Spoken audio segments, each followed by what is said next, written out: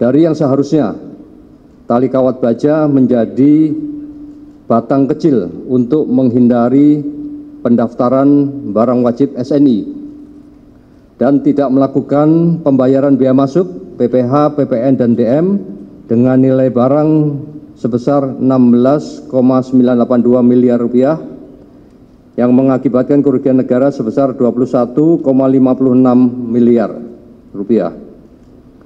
Barang bukti yang berhasil kita sita yaitu 45 gulung kawat baja berdiameter 25 mm sampai dengan 45 mm. Bapak dulu yang terhormat Pak Karpenmas, yang kami hormati Direktur Industri Kemenperin Bapak Dodit Prasetyo, yang kami hormati PLT Direktur Tertib Niaga Bapak Ronald Silalahi, yang kami hormati Kepala Tim Tertib Niaga Bapak Rangga Ismara, yang kami hormati Karwasidik, dalam hari ini diwakili Bapak Sumarto, Brigjen Pol Sumarto, selaku pengawas internal Polri, yang kami hormati Wadir Tipideksus Pak Samsu Arifin, Kasubdit 4 di Tipideksus Bapak Bismo Teguh Prakoso, dan Kasubdit Penindakan Direktorat P2 Bea Cukai Bapak Heru. Alhamdulillah, kita panjatkan puji syukur hari ini kita bisa berkumpul untuk mengikuti kegiatan press release yang merupakan kegiatan rutin yang kita laksanakan untuk menginformasikan kepada masyarakat hasil kinerja daripada Barreskrim Polri dalam mendukung seluruh program pemerintah. Salah satu atensinya Bapak Presiden Republik Indonesia, Bapak Prabowo, yaitu penanganan tindak pidana terkait masalah narkoba, perjudian online, maupun pengawasan importasi ilegal. Kali ini kita akan menyampaikan pengungkapan tindak pidana importasi ilegal yang berhasil kita ungkap oleh tim kami dari jajaran Direktorat Tipideksus dengan melibatkan seluruh satuan yang ada di jajaran kami.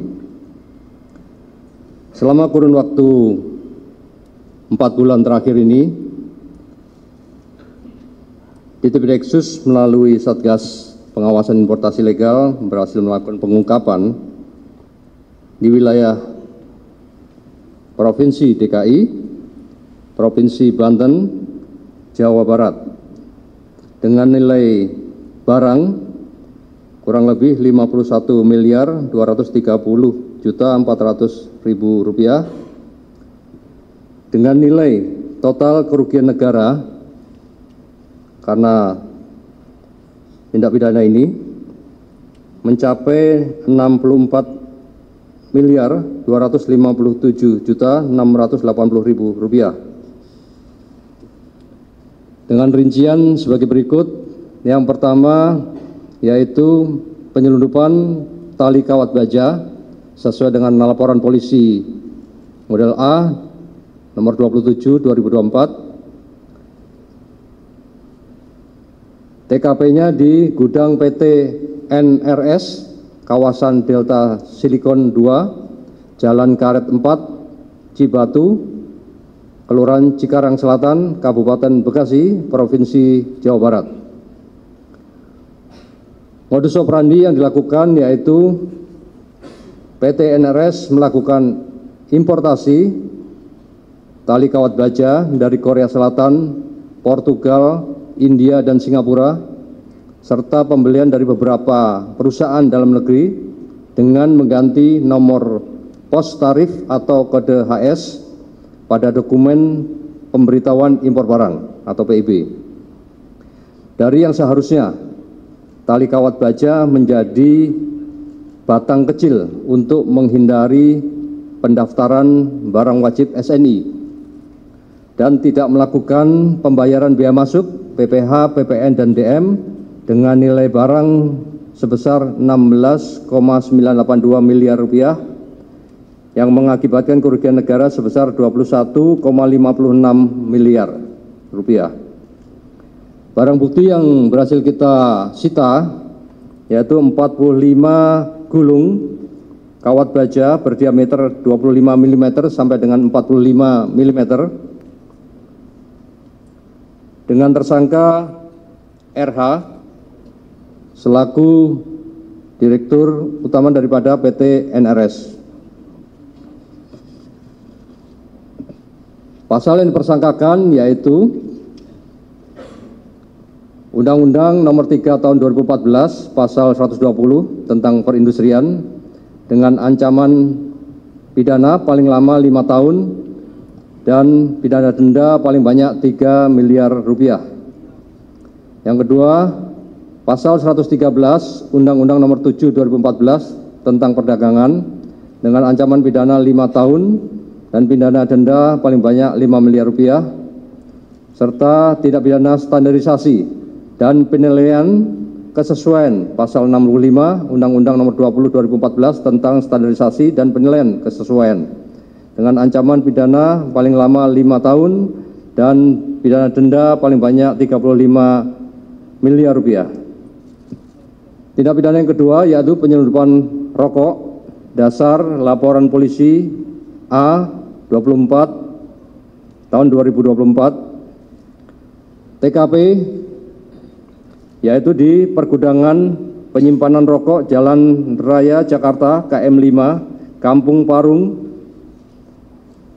Wogalih RT 08 07 Kecamatan Walantakan Kelurahan Kelodran Kota Serang Banten.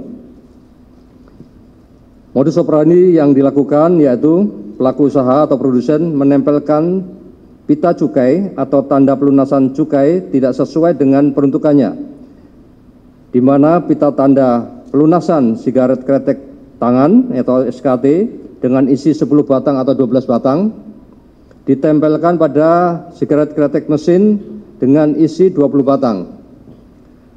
Rokok-rokok yang ditemukan di lokasi pergudangan dijual ke masyarakat seolah-olah pita cukainya sudah dilunasi dan seolah-olah rokok yang diedarkan atau dilekatkan pita cukai adalah legal. Pada proses penjualannya, driver atau sales keliling sekitar jam 9 pagi sampai jam 18.00 di daerah Provinsi Banten maupun daerah sekitarnya pada toko-toko kecil menggunakan mobil box. Dan nilai barang saat ini yang kita sita senilai 13 miliar 160 juta rupiah yang mengakibatkan kerugian negara sebesar 26 miliar 280 juta rupiah. Barang bukti yang kita sita yaitu 511.648 bungkus rokok dengan berbagai merek. Untuk tersangka yaitu BEJ dari CV CTA yang bersangkutan dijerat pasal 7 ayat 5 dan pasal 29 ayat 1 Undang-Undang 11 tahun 95 tentang cukai yang dirubah terakhir dengan Undang-Undang Nomor 7 tahun 2021 tentang harmonisasi peraturan perpajakan.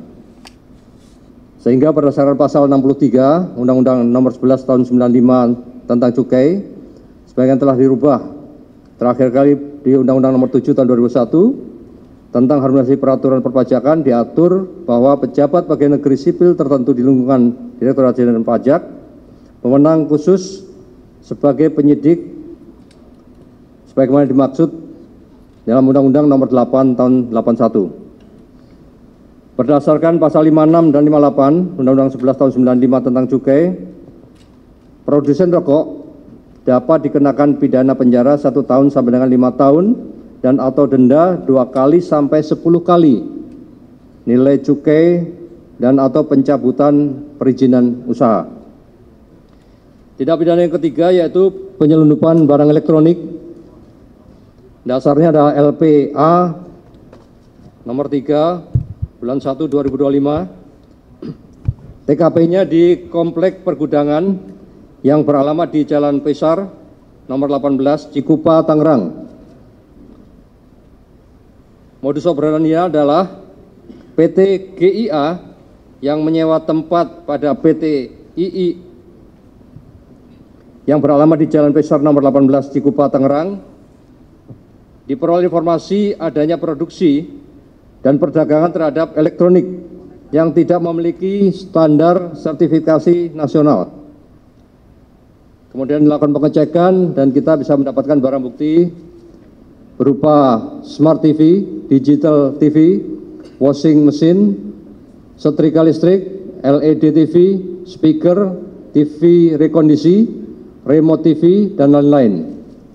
PT GIA menawarkan produk melalui media online atau e-commerce seperti Shopee dan TikTok dengan nilai barang total sebesar Rp18.088.400.000 dengan mengakibatkan kerugian negara sebesar Rp5.617.680.000. Barang bukti 2.406 unit elektronik tanpa SNI.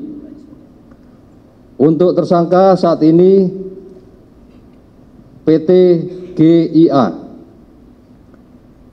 Untuk ancaman pidana